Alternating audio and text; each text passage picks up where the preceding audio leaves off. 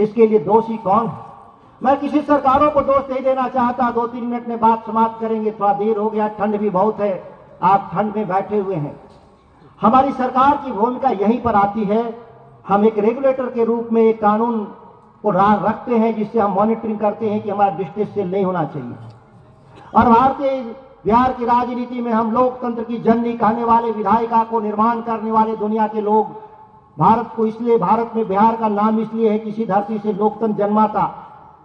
लेकिन भारतीय राजनीति में जो बिहार अपनी भूमिका को पीछे इस तरह से ले गया कि बिहार विधानसभा के जिस स्तर पे काम होना चाहिए आप देखेंगे कि नहीं होता। आज विधायिका के सदस्य हम लोग जैसे कोई भी हम लोग बहस नहीं करते कानून पर।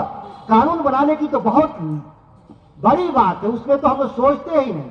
हमारे चुने हुए जो जनप्रतिनिधि हैं वो जाते हैं, वो कानून बनाने की प्रक्रिया में वो अपनी पार्टी के हित से बंधे होते हैं और हाथ उठाने का काम करते हैं। 13 करोड़ आबादी में जब हाथ उठाने वाले लोग हो जाएंगे आपके प्रतिनिधि, तो सवाल कौन करेगा? सही बात। हमारा तो चुनाव ही सवाल के लिए है और ये सवाल भी छोटा, इससे बड़ा काम है विधायी कार्यों में हस्तक्षेप।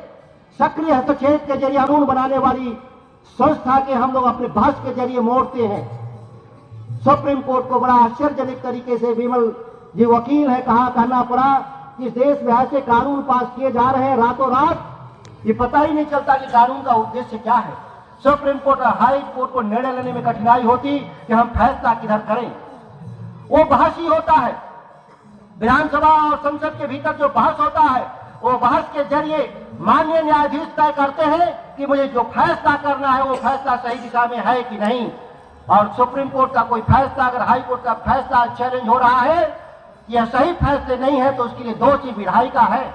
जिस विधायिका के भीतर जो चुन कर जाने वाले हम लोग जैसे लोग, अपने हित के सामने मुंह बंद करने वाले लोग। और 44 साल के बाद 1978 के बाद मैंने बिहार विधानसभा में प्राइवेट बिल लाने का काम किया है जिसको हम मंडी कानून कहते हैं। यह काम तो सरकार का था, बिहार का सरकार का था कि वो मंडी कानून लाता, लेकिन मेरे कहने के बावजूद जब मंडी कानून नहीं लाया तो मैं निजी तौर पर इस विधेयक को लेकर आ रहा हूं। लेकिन देखिए अभी वक्त है 13 से लेकर 19 तक जो सदन चलेगा, उस सदन में मेरा विधेयक पे चर्चा होगा या नहीं होगा, यह भी संशय बना हुआ है। कुछ लोग कह रहे हैं कि इस कानून के तहत आप इस ला रहे हैं। अब सवाल पैदा होता है कि कानून बनाने वाले ही लोग जब कानून की जब समझ ना हो तो वहां पे हमारे जैसे लोग अंधों में काना राजा जैसा दिखते हैं, या कह सकते हैं कि हम अंधों के बीच में हम आईना बेच रहे हैं। ये परिस्थितियां बहुत संकटपूर्ण है।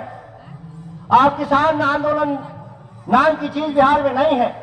देश में जब किसी कानून पास हुए, पंजाब हरियाणा राजस्थान के किसान नहीं लगते तो यह 3 कानून इस देश में लागू होते। लेकिन आश्चर्य है कि देश में 3 कानून निरस्त कर दिया गया जन दबाव के जरिए। लेकिन बिहार में आज वह कानून आज भी नहीं है और निरस्त करना था कानून को, तो मैंने वापस आना था कानून पर। लेकिन बिहार में वापस आना नहीं चाहते। मैं कहता हूं राष्ट्रीय राजनीति में महत्वाकांक्षा पालना कोई बुरी बात नहीं है। हर आदमी छोटा से बड़ा बनना चाहता। मैं भी आपके साथ नारा लगाने को तैयार हूं। लेकिन बिहार में बैठे हुए सत्ता के शीर्ष पर लोगों से मैं कहना चाहता हूं कि बिहार के 10 करोड़ आबादी के लिए आप मंडी कानून लाइए और आप